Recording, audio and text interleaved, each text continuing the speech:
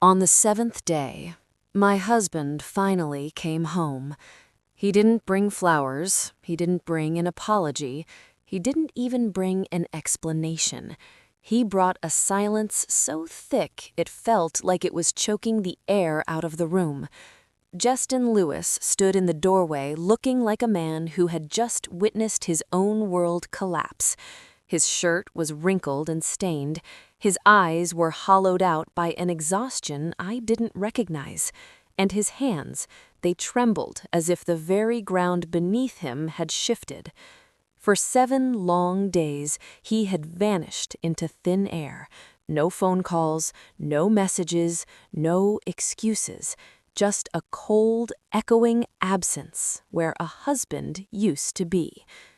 I am Jennifer Lewis, and I spent those 7 nights sitting in the dark, watching the headlights of passing cars, rehearsing every scream and every accusation. I thought I was prepared for betrayal. I thought I knew what a cheating man looked like, but I wasn't prepared for the truth he was carrying back with him. But before I tell you what he said, I have to ask, if your partner vanished for a week, no texts, no calls, nothing, and then walked through the door looking like a broken shell, would you hold them or would you demand the truth before they even stepped off the rug? Let me know in the comments how you would handle that first minute of silence. Justin and I weren't just a married couple, we were an institution. After 11 years, we had developed a shorthand that felt like our own private language. I knew the exact sound of his car tires on the gravel driveway, and he knew exactly how much sugar I needed in my tea based on how long my workday had been. We were the steady ones. Our friends looked at us like a lighthouse, a fixed point that proved love could be quiet, stable, and enduring. We built our life like architects. Every decision was a brick. Every year, a new floor added to the structure. We spent our Saturday mornings in strategy sessions at the kitchen table, surrounded by notebooks and spreadsheets. We didn't just dream, we budgeted.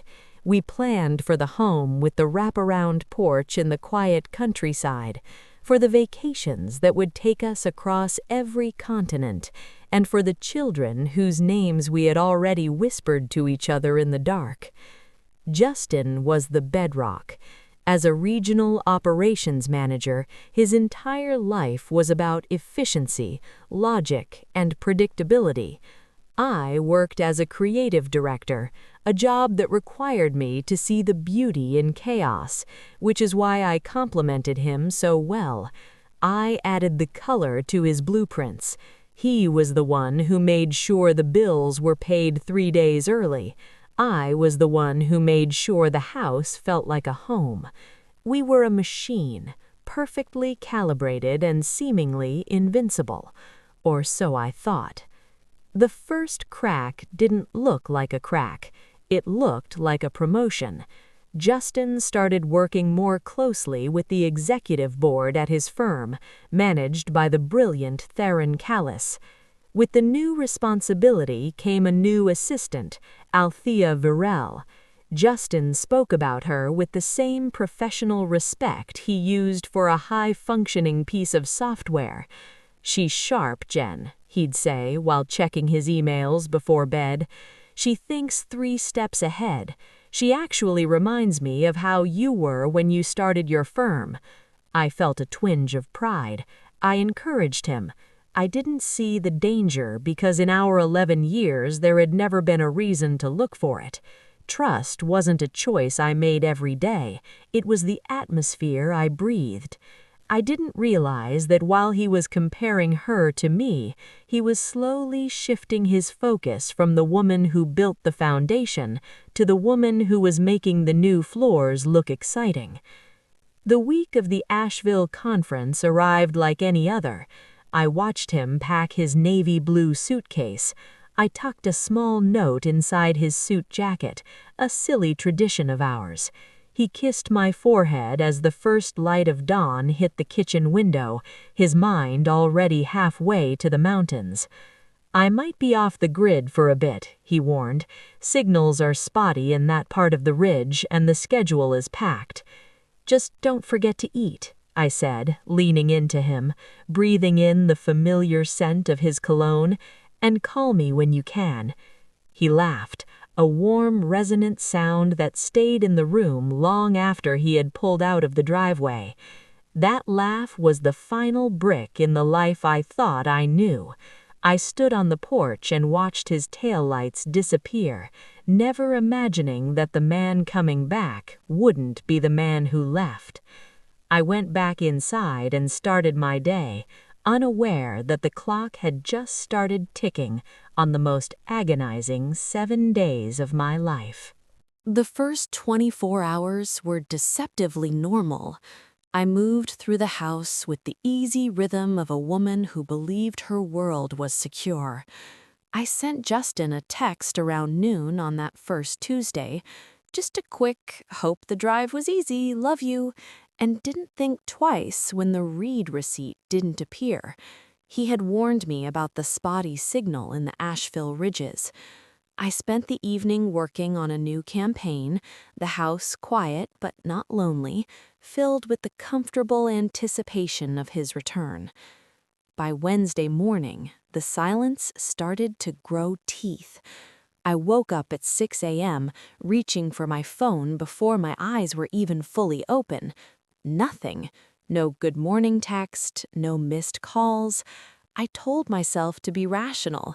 He was likely in back-to-back workshops, or perhaps the hotel Wi-Fi was as ancient as the mountains surrounding it. But as the sun climbed higher, the steady foundation of my life began to vibrate with a low-frequency dread. I sent another message at lunch. "Hey, checking in, everything okay?" Still, the bubbles never appeared. The message remained delivered, a cold clinical confirmation that my words had reached his device, but he hadn't reached back. By Wednesday night, the air in our bedroom felt thin. I lay on his side of the bed, the scent of his laundry detergent still clinging to the pillowcases, and stared at the ceiling. The mind is a cruel thing when it's left alone in the dark. It starts to build scenarios out of nothing. I saw him flipped over in a ditch on a winding mountain road. I saw him in a hospital bed, unidentified, with no one to call his name. The fear was still pure then. It was the fear of loss, not the fear of betrayal. I was still the wife who loved him, not the woman he was deceiving. I didn't sleep that night. Every time the house groaned or a car passed by on the street, my heart would leap into my throat, certain it was the police coming to deliver news that would end my life. I checked his social media, his LinkedIn, even his Works About Us page, looking for any sign of life. There was nothing. It was as if Justin Lewis had simply stepped off the edge of the earth. When the sun rose on Thursday morning, marking 48 hours of total silence, I did something I had never done in 11 years of marriage. I called his work phone. It rang and rang, a hollow mechanical sound that seemed to mock me before dropping into a generic voicemail. That was the moment I realized that the predictable man I married had created a void I didn't know how to fill. By Friday morning, the silence had shifted from a worry to a physical weight. It sat on my chest, making every breath feel shallow and forced. 48 hours had turned into 72, and then 96. I had stopped going into the office. I couldn't look at my team and pretend to care about color palettes and brand identity when the person who anchored my reality had vanished. I spent my hours pacing the length of the living room, my phone permanently clutched in my hand like a lifeline that had been cut. I had called the hotel in Asheville. A polite, soft-spoken receptionist checked the registry 3 times. "I'm sorry, Mrs. Lewis," she said, her voice dripping with the kind of pity that makes your skin crawl. "We don't have a Justin Lewis checked in. We haven't had a reservation under that name all week." That was the first time I felt the world tilt. The fear of a car accident, the clean fear, was suddenly replaced by a cold, oily dread. If he wasn't at the hotel, where was he? I told myself there was a mistake. Perhaps the firm had booked it under a corporate name. Perhaps he was at a different branch. I was still making excuses for him, still building a fortress around his reputation, even as the walls were crumbling. By Saturday, the anxiety had turned into a frantic, manic energy. I called his colleague, Orion Dax. Orion was the kind of man who was always on, always ready with a joke or a status update. But when he answered the phone and heard my voice, his tone dropped an octave. "Jennifer, is everything okay?" he asked. "Orion, I'm sorry to bother you on a weekend," I said, my voice sounding like it belonged to a stranger. I can't reach Justin. He said he was at the training conference in Asheville, but the hotel says he isn't there. Do you have the name of the venue?" There was a silence on the other end, not a short, thoughtful pause, but a long, heavy crater of a silence. I could hear Orion's breathing, slow and deliberate. "Jennifer, there is no conference. Theron canceled the Asheville retreat 3 weeks ago. Justin, he put in for a week of personal time.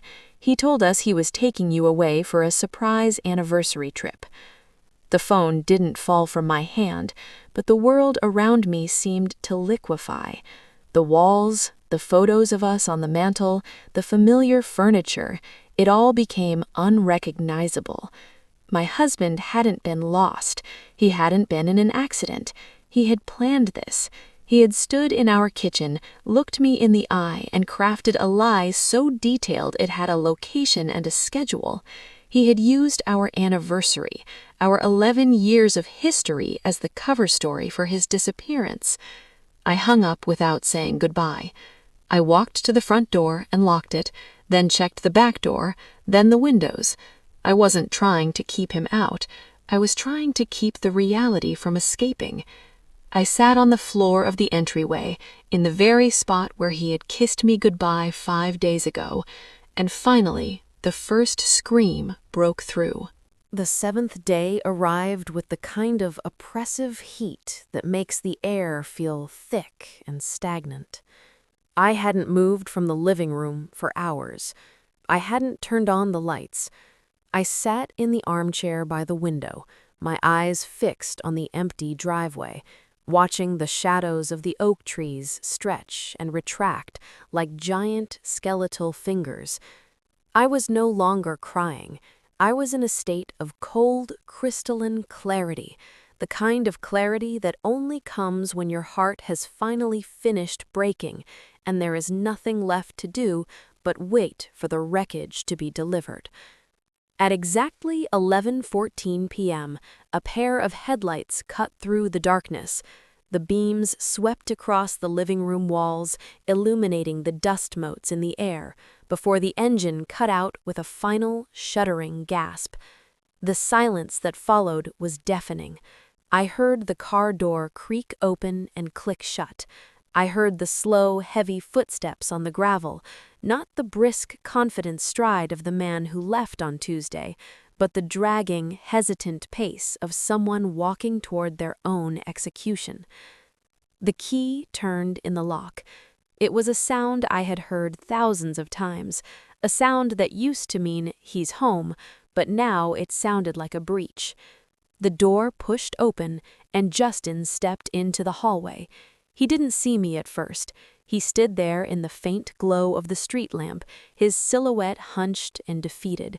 He looked like he had been sleeping in his clothes for a week. His navy suit jacket was gone, his white shirt was stained and gray at the collar, and his hair, always so perfectly styled, was a matted mess. He looked like a man who had lost everything before he even walked through the door. "Jen?" he whispered. His voice was raw, a jagged edge of a sound that barely made it across the room. I didn't answer. I reached over and clicked on the small lamp next to my chair. The sudden burst of amber light made him flinch as if I had struck him. He squinted, his eyes bloodshot and rimmed with a deep, bruised purple. He looked at me, and for the first time in 11 years, I saw a stranger inhabiting my husband's skin. There was no Asheville in those eyes. There was only a desperate, suffocating guilt. "I know," I said. My voice was steady, a sharp contrast to the trembling wreck standing 5 feet away from me. I talked to Orion. I talked to the hotel. Justin's knees seemed to give way. He didn't fall, but he sagged against the doorframe, his head dropping to his chest. He didn't try to lie. He didn't offer a frantic excuse about a change in plans or a dead battery. He just stood there, breathing in the scent of the home he had abandoned, while the weight of his 7-day ghost trip finally settled into the floorboards between us. The man who prided himself on preparation had arrived completely empty-handed, and the silence he brought with him was the loudest thing I had ever heard. Justin didn't move from the doorway for what felt like an eternity. He stayed anchored there, as if stepping further into the house would make the lie he'd been living fully real. I watched him from the armchair, my hands folded neatly in my lap. I felt like an observer at a crime scene, detached and clinical. I wasn't the wife anymore. I was the judge, and he was the man waiting for a sentence he already knew he deserved. "Sit down, Justin," I said. It wasn't an invitation, it was a command. He obeyed, his legs moving like lead weights as he navigated toward the kitchen table, the same table where we'd mapped out our perfect life. He sat on the very edge of the chair, his hands clasped between his knees, his knuckles white and trembling. The hum of the refrigerator filled the gap between us, a steady, domestic sound that made the situation feel even more surreal. "I didn't mean for it to go this far," he began, his voice cracking on the very first syllable. It started as a conversation at the office, just talking. Althea, she was going through something, and I thought I was being a mentor. I thought I was helping. The mention of her name felt like a physical blow, but I didn't flinch. I let the silence hang, forcing him to fill it. When you give a liar enough room, they eventually hang themselves with the details. He told me everything, a slow, agonizing drip of betrayal. He hadn't been in Asheville. He had been at a small, secluded cabin 2 hours away, a place he'd rented using a secondary credit card I didn't even know existed.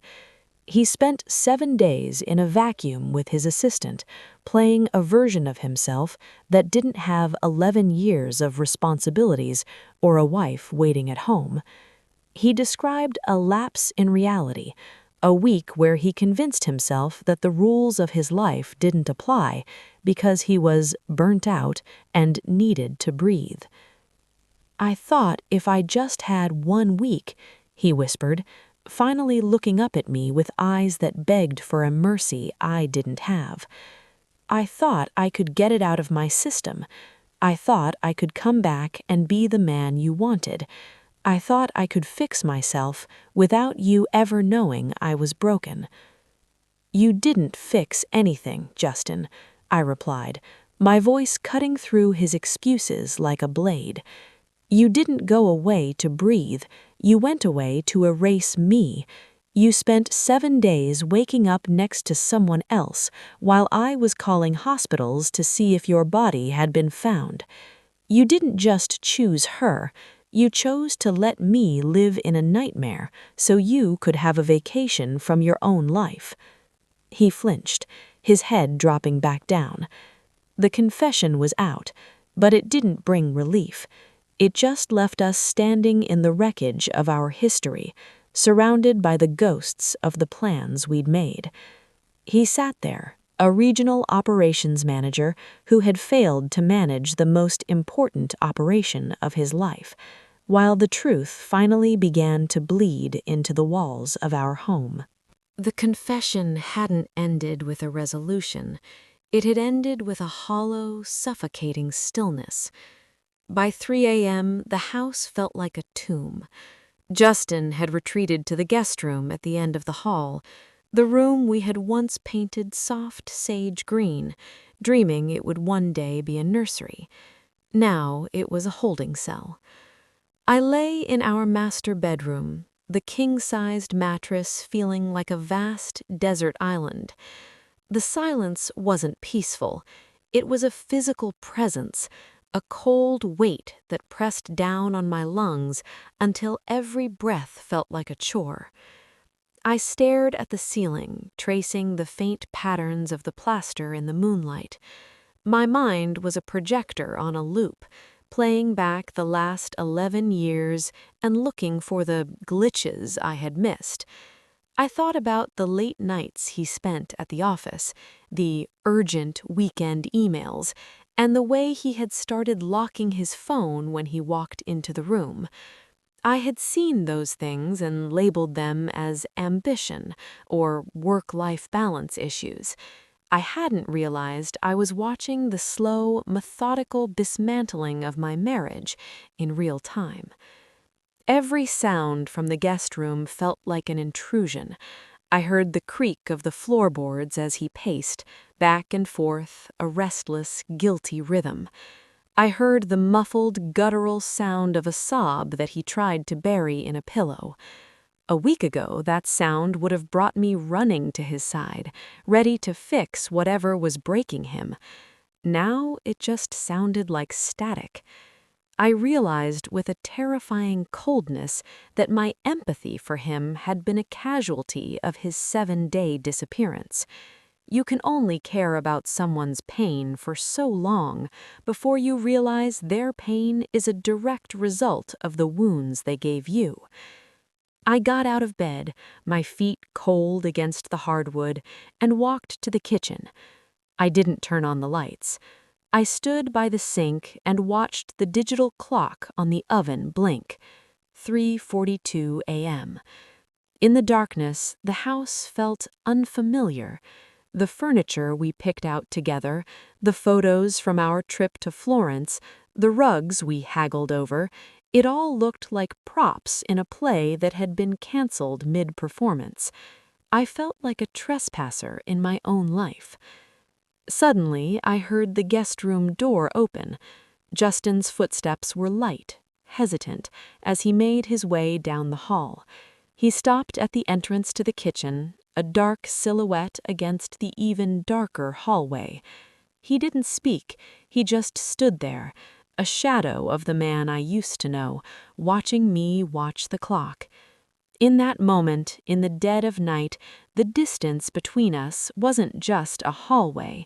It was 1,000 miles of lies and a week of silence that no amount of talking could ever bridge. The sun hadn't even begun to break over the horizon when the vibration started. It wasn't a ringtone. It was that low, persistent hum of a phone against stone that sounds like a warning bell in a silent house. Justin was still standing in the doorway of the kitchen, his face a mask of exhaustion. But when that sound cut through the air, he froze. His eyes didn't just widen, they filled with a raw, primal terror. The phone was on the counter between us. My phone was in my pocket, dead. This was his. He had left it there when he went to the guest room, perhaps a subconscious move to prove he had nothing left to hide. But the screen was screaming a different story. The name Althea flashed in bright, clinical white letters against the dark background. For a heartbeat, neither of us moved. The vibration felt like it was shaking the entire house. "Aren't you going to answer it?" I asked. My voice was a whisper, but it had the sharpness of a razor. She's calling quite early for a mentor check-in, don't you think? Justin lunged for the phone, but he didn't pick it up to speak. He hit the side button to silence it, his breath coming in ragged, shallow bursts. The room returned to silence, but the light from the screen continued to pulse, a rhythmic reminder that the week he thought he'd ended was refusing to stay buried. He looked at me, his mouth opening and closing like a landed fish, searching for a lie that wouldn't dissolve the second it hit the air. "Jen, I told her it was over. I told her I was going home to you," he stammered, his fingers white-knuckled as he gripped the device. "I don't know why she's calling, I swear." "Then answer it," I said, stepping closer until I could smell the stale sweat and regret clinging to him. "Put it on speaker. Let's hear what the woman you spent 7 days with has to say at 4 in the morning. If it's over, there shouldn't be anything to fear, right?" His hand trembled as the phone began to vibrate again. She was persistent.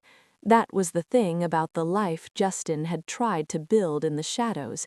He forgot that the people in the shadows have their own needs, their own voices, and their own agendas. He looked at the screen, then at me, and I saw the moment his spirit finally broke. He realized he couldn't manage this. He couldn't operations manager his way out of a human heart he had set on fire. He swiped the screen and hit the speaker icon. The sound that came through the phone wasn't a seductive whisper or an angry demand. It was a sob, a jagged, hysterical sound that filled the kitchen and made the hair on my neck stand up. "Justin!" Althea's voice came through, thin and distorted. "Justin, please, something is wrong.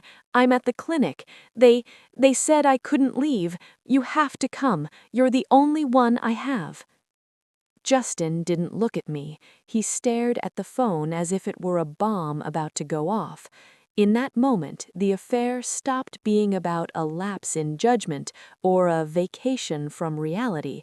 It became a tether, a permanent, unbreakable link to a woman who was no longer just an assistant, but a living, breathing consequence of his 7-day disappearance. The drive to the clinic was a descent into a different kind of silence, not the heavy, accusatory silence of our kitchen, but a cold, clinical vacuum. Justin drove like a man in a trance, his eyes fixed on the road, his hands locked at 10 and 2. I sat in the passenger seat, watching the world blur into streaks of gray and morning blue. I shouldn't have been there. Every logical cell in my body told me to turn around, to go home, to pack a bag and disappear into my own life. But curiosity is a cruel master, and I needed to see the final shape of the lie he had built. The clinic was a low, unassuming building 3 towns away, tucked behind a row of weeping willows that looked like they were mourning the dawn. We walked inside, and the smell of industrial lemon cleaner and latex hit me like a physical barrier.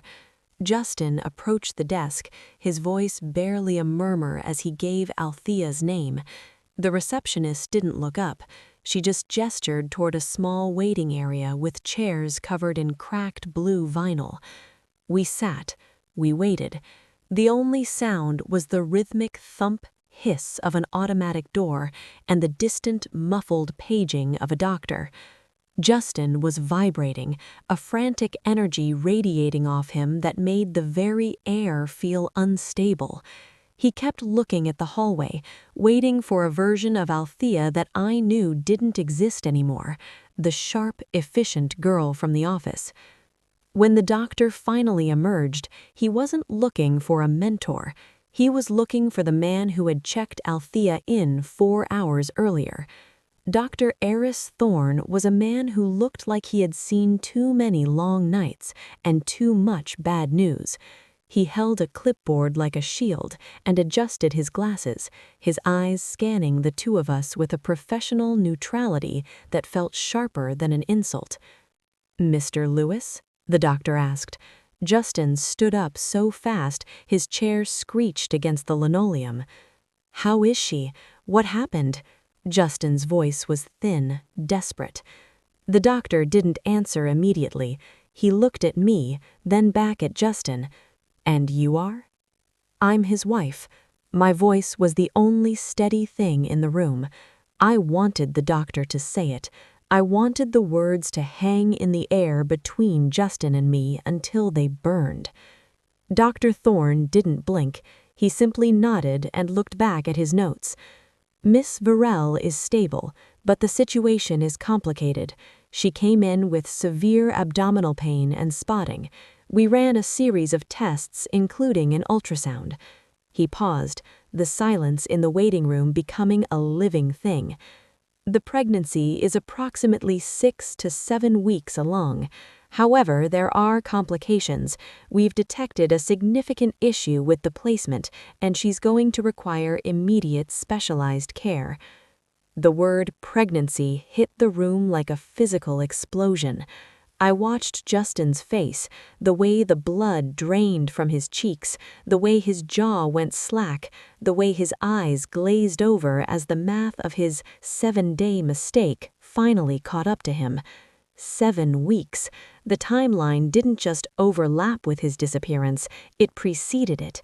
This wasn't a result of the week in the cabin, this was the reason for it. The vacation from reality hadn't been an escape, it had been a panic room. Justin hadn't left me because he was burnt out, he had left because the life he was building in the shadows had suddenly become a permanent, terrifying reality, and he was too much of a coward to face it while looking at me. In that sterile, blue-lit hallway, the 11 years of our marriage weren't just broken, they were overwritten by a new, undeniable life that I had no part in. The drive back from the clinic was not silent. It was filled with the sound of Justin's unraveling. He didn't just cry, he came apart at the seams.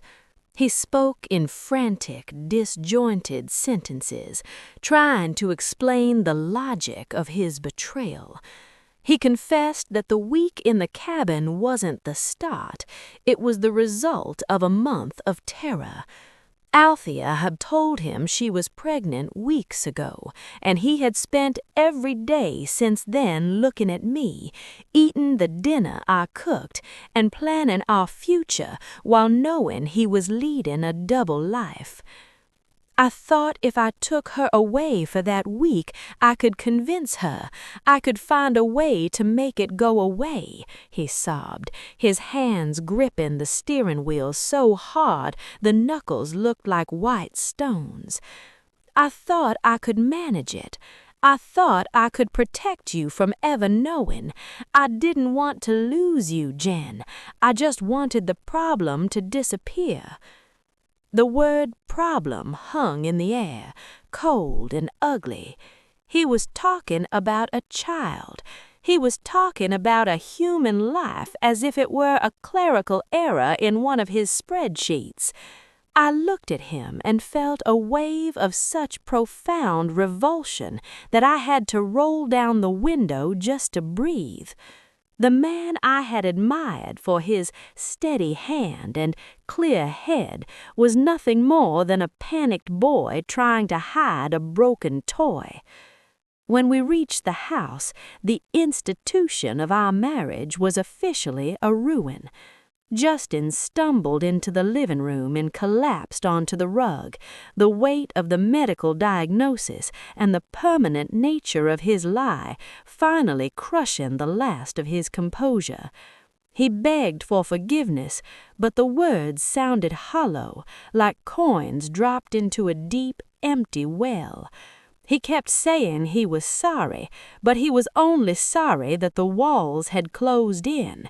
He was sorry that he was no longer the hero of his own story. I didn't yell. I didn't throw things. I simply walked upstairs and began to do what I should have done 7 days ago.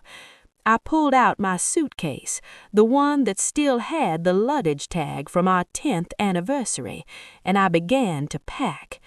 I didn't pack for a week, I packed for a lifetime. Every shirt I folded, every book I tucked away felt like a stitch being removed from a wound. As I moved through the room, I could hear him downstairs, his voice echoing through the vents, a haunting soundtrack of a man realizing that the steady life he took for granted was gone forever. By the time I walked back down the stairs, suitcase in hand, the sun was high in the sky, illuminating every speck of dust in the home we had built. Justin was sitting on the floor, leaning against the sofa, looking up at me with a hollow, haunted expression. He didn't try to stop me. He knew that the woman who had walked into that clinic wasn't the woman who had waited for him on the porch. The collapse was total, and as I reached for the doorknob, I realized that the hardest part wasn't leaving. It was realizing there was nothing left to stay for. The click of the front door behind me was the quietest sound I'd heard all week, yet it echoed louder than any shout. I stood on the porch for a moment, the morning air crisp and indifferent to the wreckage I was leaving behind. I didn't look back at the windows. I didn't look back at the driveway where his car, the one that had carried so many lies, sat cooling in the shadows. I just walked. 7 days. That was the tax it took to buy back my life. 11 years of perfect had been a long, comfortable sleep, but the waking up, though violent, was necessary. As I reached my car, I felt a strange lightness in my chest. It wasn't happiness, not yet. It was the absence of the heavy, suffocating what-ifs that had been my only companions for a week. I drove toward the highway, watching the neighborhood I once loved fade into the rearview mirror. I thought about Justin, left behind in the ruins of a house that was no longer a home. He was now tethered to a reality of medical appointments, legalities, and a relationship born of panic. He had wanted to manage his way into a clean exit, but life had handed him a permanent entrance into a story he never truly wanted to tell. I thought about Althea, too. I didn't feel hate for her anymore, only a distant, weary pity. She was bound to a man who had tried to make her disappear when things got difficult. She was starting a journey with a partner who had proven he would vanish when the signal got spotty. In the end, they were each other's consequence. My phone buzzed in the cup holder. I didn't check it. For the first time in a decade, there was no one I needed to report to, no one whose schedule I had to align with, and no one whose steady nature I had to protect. I was an architect without a blueprint, and for the first time, that didn't terrify me. It felt like an open field. Truth is a brutal thing. It doesn't care about your anniversaries or your carefully curated branding. It strips you down to the bone. But once you're standing there, raw and exposed, you finally see what you're actually made of. I wasn't the dependable Jennifer who kept the machine running. I was the woman who survived the silence. As the city skyline appeared on the horizon, I rolled down the window. The wind was cold, but it felt clean. My life wasn't over. The prologue was just finally finished. I was stepping into the after, and for the first time in 7 days, I could finally breathe. 11 years dismantled in a single week. This story is a reminder that the strongest structures aren't made of bricks and budgets, but of honesty and shared truth. When the foundation is built on a lie, even the most perfect life is just a countdown to a collapse. If Jennifer's journey moved you, or if you've ever had to find the strength to walk away from a life that no longer fit the truth of who you are, let us know by typing "new chapter" in the comments. We read every single one of your stories. Thank you for being part of this journey on Echoes of Trust and Betrayal. Don't forget to like this video, subscribe for more deep dives into the human heart, and hit the notification bell so you never miss a story. Your worth is not a secret, and your future is still yours to write. We'll see you in the next one.